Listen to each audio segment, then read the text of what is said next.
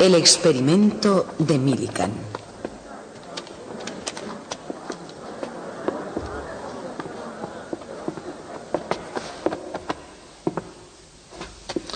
El tubo de rayos catódicos se inventó a mediados del siglo XIX y posteriormente se convirtió en el moderno tubo de televisión.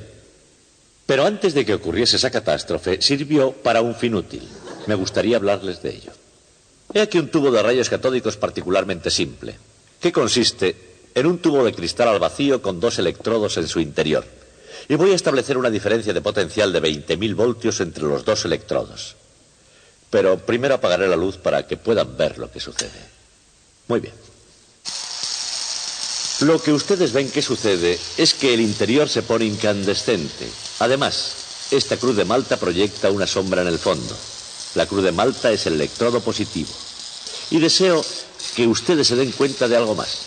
Yo puedo fácilmente mover la sombra moviendo simplemente una barra magnética. Así. ¿De acuerdo? Al principio todo el mundo pensó que esa incandescencia era un haz de partículas cargadas de electricidad, ya que se desviaba con mucha facilidad con un imán corriente. Pero para probar que eso era verdad, habría que desviarlo igualmente con un campo eléctrico, lo cual por alguna extraña razón no se conseguía. Entonces surgió un gran físico llamado J.J. Thomson.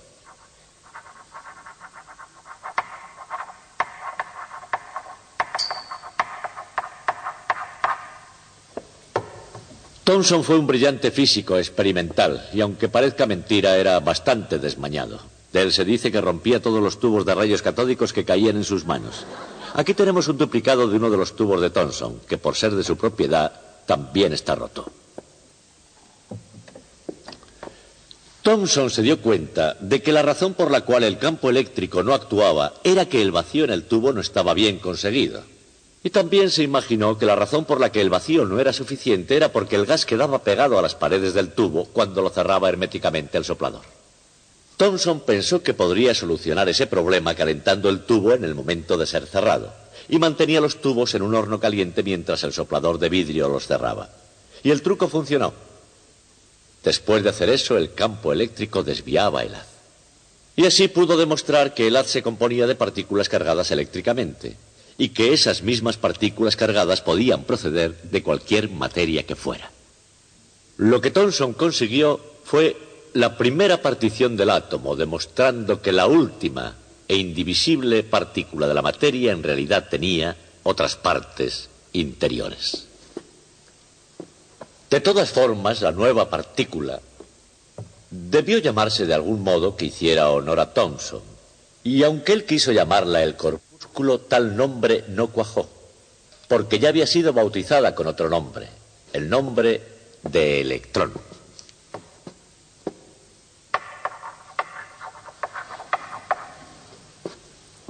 Así fue como J.J. Thomson partió el átomo y descubrió el electrón, tostando tubos. El nuevo nombre de electrón dio origen a una tradición en física, llamar a las cosas con unidades individuales, con nombres terminados en on. Así, por ejemplo, la unidad individual de la luz se llama fotón, la del sonido se llamaría fonón, de la materia es un protón y tenemos neutrones, etc. De hecho, los sociólogos han descubierto recientemente que incluso las poblaciones humanas tienen unidades individuales, en inglés, person.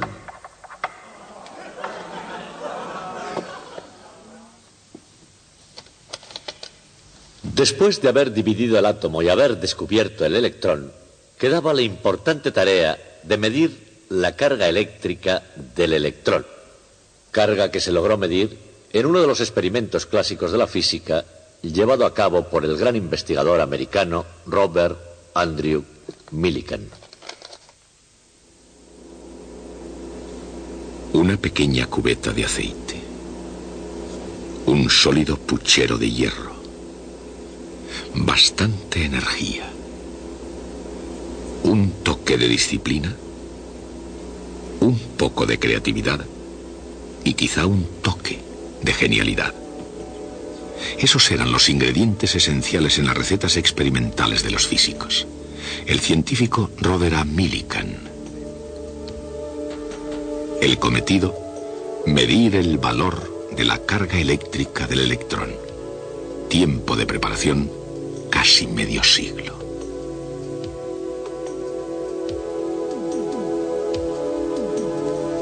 Año 1868.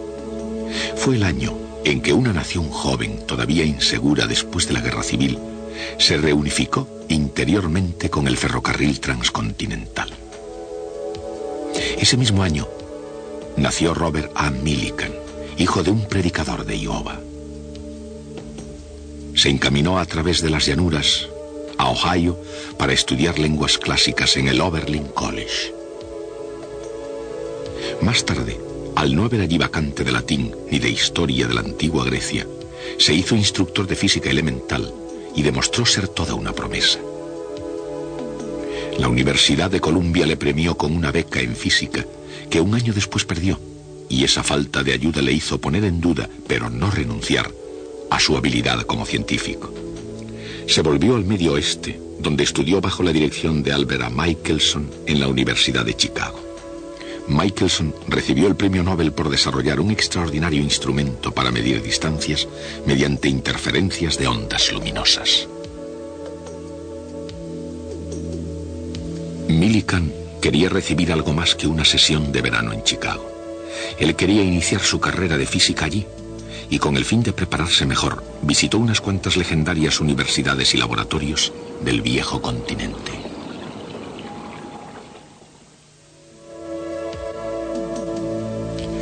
Antes de que Norteamérica llegara a destacar, Europa era el continente donde se inspiraban la mayoría de los descubrimientos científicos. Antes de la Primera Guerra Mundial, la inspiración de Millikan ya se había moldeado no solo a las grandes sombras de Newton y Galileo, Kepler y Copérnico, sino también por el hecho de que él podía codearse con los grandes colosos de su tiempo. El inglés William Ramsay, que descubrió el helio, el neón, el xenón y el kriptón. El alemán Wilhelm Röntgen, descubridor de los rayos X. Guillermo Marconi y Karl Braun, que desarrollaron la telegrafía sin hilos. Como Leibniz y Newton con el cálculo, hicieron sus descubrimientos al mismo tiempo, pero ciertamente no trabajando juntos. Albert Einstein, Max Planck y Johannes Stark trabajaron intensamente en Alemania, pero la mayor y más directa influencia que Millikan recibió parece ser que fue de los ingleses J.J. Thomson y su discípulo H.A. Wilson de los laboratorios Cavendish. El electrón, los rayos X y la radiación. Tales descubrimientos convertían a la física en una excitante frontera, y Millikan estaba ansioso de cruzar su umbral. Todavía Millikan no era más que una persona cuidadosa en su trabajo. Tendría que pasar una década antes de que su nombre se diera a conocer en el mundo de la ciencia. Se encontraba en la Universidad de Chicago. Por aquella misma época, Marie Curie había recibido el Premio Nobel de Química y ya tenía otro de Física. Millikan comenzó a medir la carga eléctrica de un electrón. Los fundamentos ya habían sido establecidos por Thomson, que recibió el Premio Nobel en 1906 por sus investigaciones sobre cómo conducían los gases la electricidad.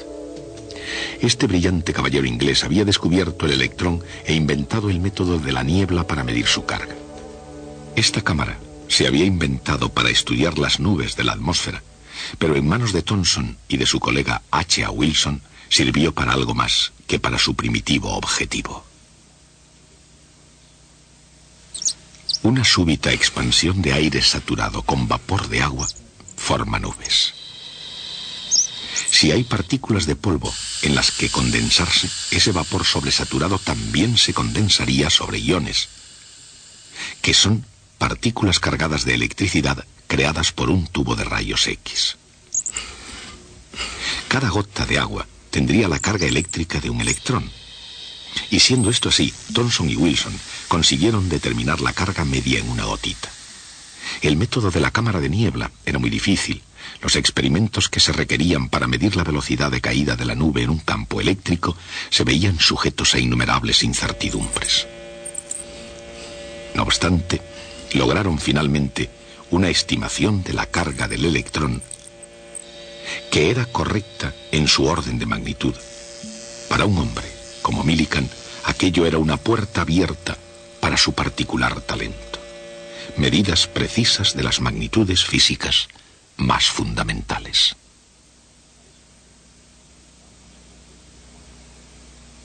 Millikan repitió los experimentos de Wilson en la Universidad de Chicago. Para ionizar la nube gaseosa en la cámara, utilizó primero rayos X y después pequeñas cantidades de radio. Hizo la prueba con un campo eléctrico más potente en la cámara. Si aquello funcionaba, sería lo suficientemente potente como para contrarrestar la fuerza de la gravedad, manteniendo la nube suspendida e inmóvil. Todo esto estaba muy bien sobre el papel, pero cuando las cosas empezaron a moverse, hubo un pequeño problema. Al haber fuerzas eléctricas tan potentes en el interior de la cámara, la nube de vapor de agua desaparecía rápidamente. Pero Millikan sacó provecho de ese problema. Cuando conectaba el campo eléctrico, las gotitas individuales quedaban a la vista. Millikan pensó medir las gotitas individualmente en vez de medir toda la nube. Si se llegaban a realizar medidas en las gotitas, se detectaría el efecto individual de los electrones. Era una brillante idea, pero con problemas. El agua se evapora.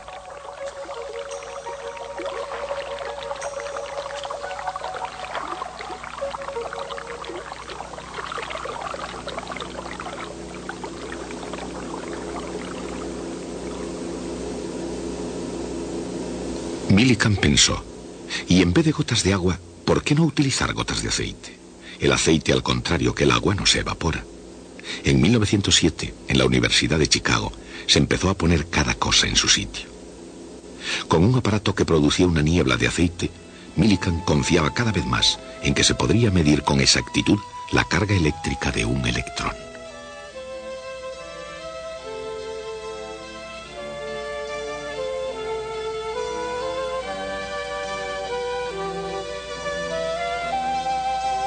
Dirigido por Millikan, Harvey Fletcher, estudiante graduado de la Universidad de Brigham Young, sugirió un atomizador. El primer aparato de Fletcher para el experimento con la gota de aceite fue, como la idea original de Millikan, un aparato sencillo, potente y en todo caso brillante. Era una combinación que empezó a funcionar.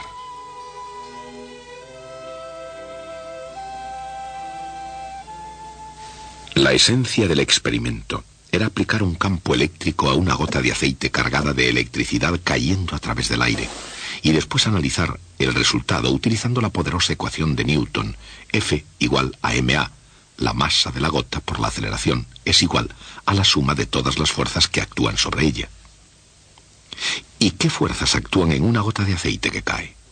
La fuerza de la gravedad, por supuesto, y está el efecto de la viscosidad. Aunque solo sea durante una millonésima de segundo, una gota de aceite tiene la aceleración de un cuerpo en caída libre. Pero después de esa millonésima de segundo, alcanza la velocidad final. Como cualquier esfera que cae por un fluido viscoso, cae con velocidad constante. La fuerza de la viscosidad sobre una esfera en movimiento, descubierta por el físico inglés George Stokes en el siglo XIX, es igual a 6pi por el radio de la esfera, por la viscosidad del aire, por la velocidad de la esfera. La velocidad aumenta rápidamente hasta que la fuerza de la viscosidad es suficientemente grande como para contrarrestar la gravedad.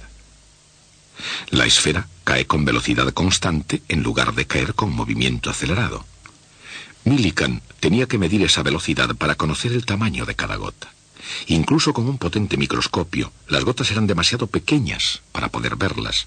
Lo que Millikan veía parecía como una estrella en la noche, un puntito de luz del que no podía llegar a percibir su forma esférica. Pero observando esa estela desplazándose lentamente desde una señal a otra de su microscopio y utilizando la densidad conocida del aceite, podía conocer el tamaño con toda precisión.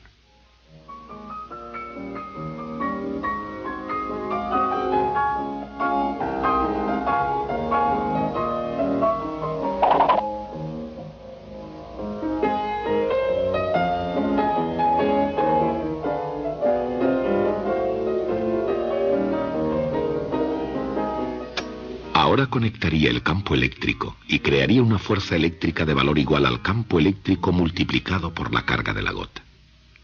Esa carga es la que Millikan realmente quería hallar. Debida a un electrón o a un pequeño número de electrones, sería un múltiplo entero de la unidad fundamental de carga eléctrica. Con la fuerza eléctrica podía dirigir la gota hacia arriba, hasta que de nuevo alcanzara una velocidad constante. Junto con la velocidad medida con el campo desconectado, la nueva velocidad le dio todo lo necesario para hallar la carga.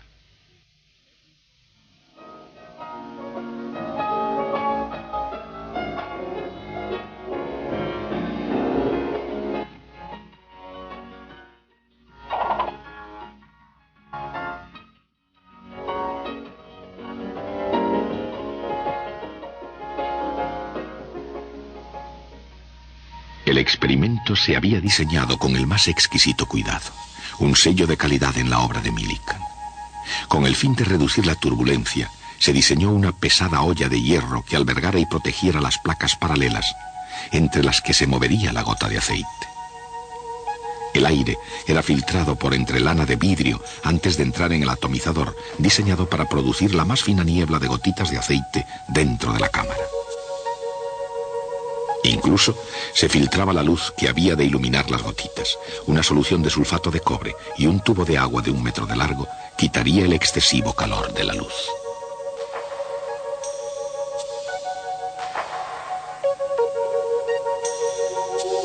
Una vez llegado el momento, Millikan comprobó que nada entorpecería su experimento. Cronómetro en mano, observaba por el microscopio hora tras hora el interior de la cámara.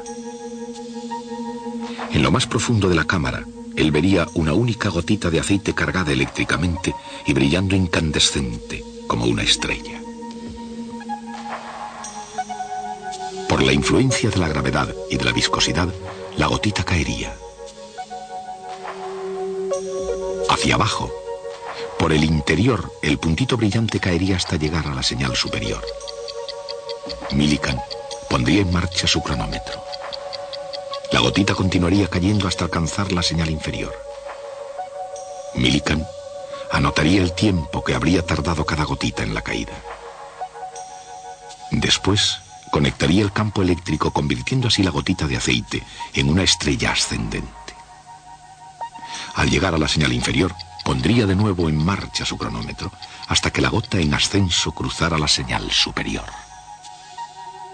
Una y otra vez, Millikan iba apuntando el tiempo que una gota necesitaba para ascender y para caer. A veces, observando una simple gotita durante horas y horas, iba tomando, registrando y analizando cientos de medidas para dar la medida más precisa hasta el momento de la unidad fundamental de carga eléctrica. La medida publicada finalmente por Millikan fue 4.77 por 10 elevado a menos 10 unidades electrostáticas.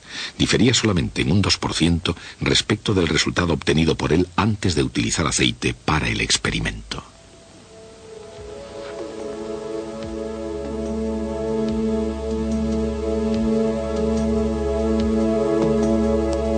Los puntos fuertes de Robert A. Millikan eran la precisión, una especial habilidad para detectar y eliminar cualquier error, y con una extraordinaria diligencia y creatividad mejorar las herramientas que ya existían.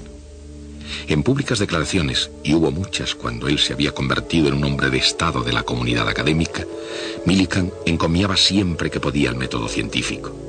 La responsabilidad del científico era hacer medidas sin predisposición y dejar que la naturaleza dictara las respuestas. La tarea del científico era hacer todas las medidas con todo el esmero que fuera necesario y publicar todo, determinando el significado de los datos en cada respuesta. En eso consistía la tarea de un científico, y los científicos del estilo de Millikan entendieron el significado de este trabajo. En el año 1923, Millikan fue el primer nativo americano que obtuvo el Premio Nobel de Física. Millikan continuó dirigiendo el Instituto de Tecnología de California, una institución americana, y él mismo llegó a ser una institución. Su nombre llegó a ser y continúa siendo sinónimo de progreso científico.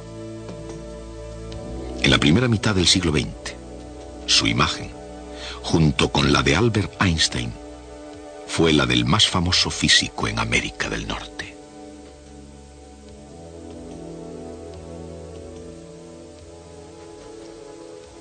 Me gustaría también mostrarles cómo fue más o menos ese experimento. Hay algo en lo que quiero que se fijen ustedes en particular, en esa lata. Si les parece familiar es porque es la misma que tenemos aquí, en el extremo de la mesa. La misma en la que Millikan realizó su experimento. Y sigue funcionando después de tantos años. Y ahora quisiera mostrarles algo verdaderamente extraordinario. Cuando Millikan hizo este experimento, reunió todos sus resultados para que mediante su publicación en una revista científica todo el mundo pudiera verlo.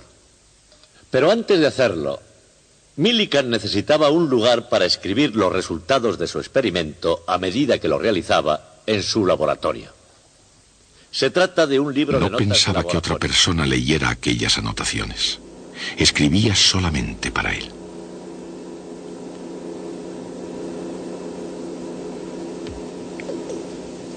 Esta página está fechada miércoles 20 de diciembre de 1911. Aquí Millikan anotó la temperatura y la presión de la habitación. Y aquí, debajo de la letra G, para la gravedad, una serie de números, cada uno de los cuales es el tiempo que la gota de aceite tardaba en caer entre las dos señales de su microscopio. Luego, otra columna de números análoga, bajo la letra F, el campo eléctrico, y de nuevo el tiempo que tardaba la gota de aceite en caer.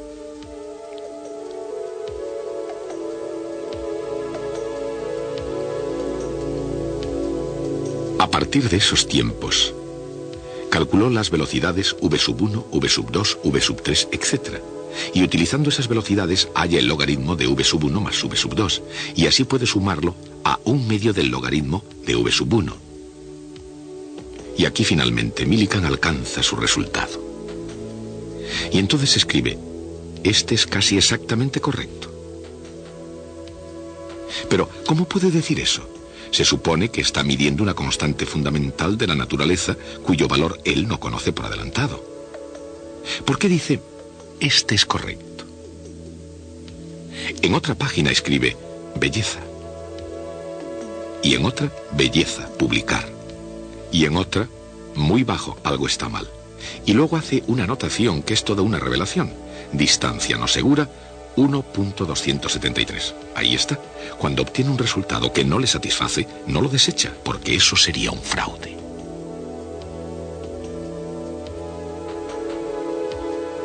Lo que hace, en cambio, es examinar el aparato para encontrar algo que esté mal. Así él tiene una razón para desechar el dato. Desde luego, cuando obtiene un dato que le satisface, él no examina el aparato con tanto cuidado para descubrir qué es lo que iba bien.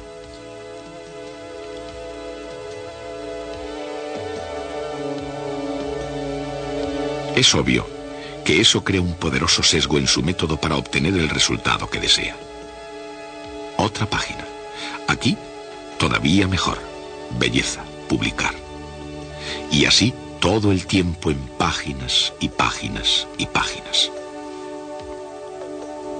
El punto no está en que Millikan fuera un mal científico, fue un gran científico, sino que, examinando sus notas, podemos sacar una ligera idea de cómo se hacía la ciencia.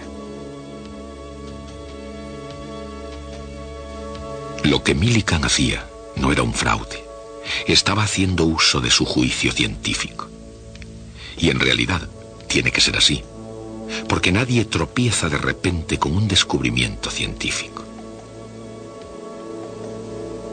Todos los descubrimientos se hacen durante un experimento que ha sido exquisitamente diseñado para dar los resultados que el científico espera obtener. Y el científico sabe que muy posiblemente la fama y otros honores le estarán esperando si consigue hacer un gran descubrimiento.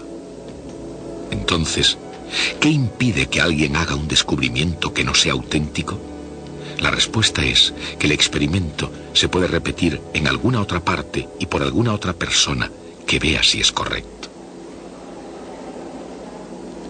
Con frecuencia se dice que el inmenso éxito de algunos proyectos científicos se debió a algo llamado método científico, y que una parte clave de ese método es la recogida de los datos científicos de forma desapasionada y sin prejuicios. Y que si otros campos fueran capaces de imitar ese mágico método científico, tendrían exactamente ese mismo éxito. Pero de hecho, ese no es el caso, porque la pasión y los prejuicios nunca están lejos del proceso científico. La salvaguarda no reside en que haya científicos desinteresados, sino en el hecho de que todos los científicos, en el fondo de su ser, creen que sus experimentos pueden ser repetidos. Ese credo es el dogma principal de la fe de todos los científicos. Y yo tengo fe en estar aquí de nuevo el próximo día. Hasta hoy, el experimento de la gota de aceite de Robert A. Millikan descuella como una de las mediciones clásicas en la historia de la física.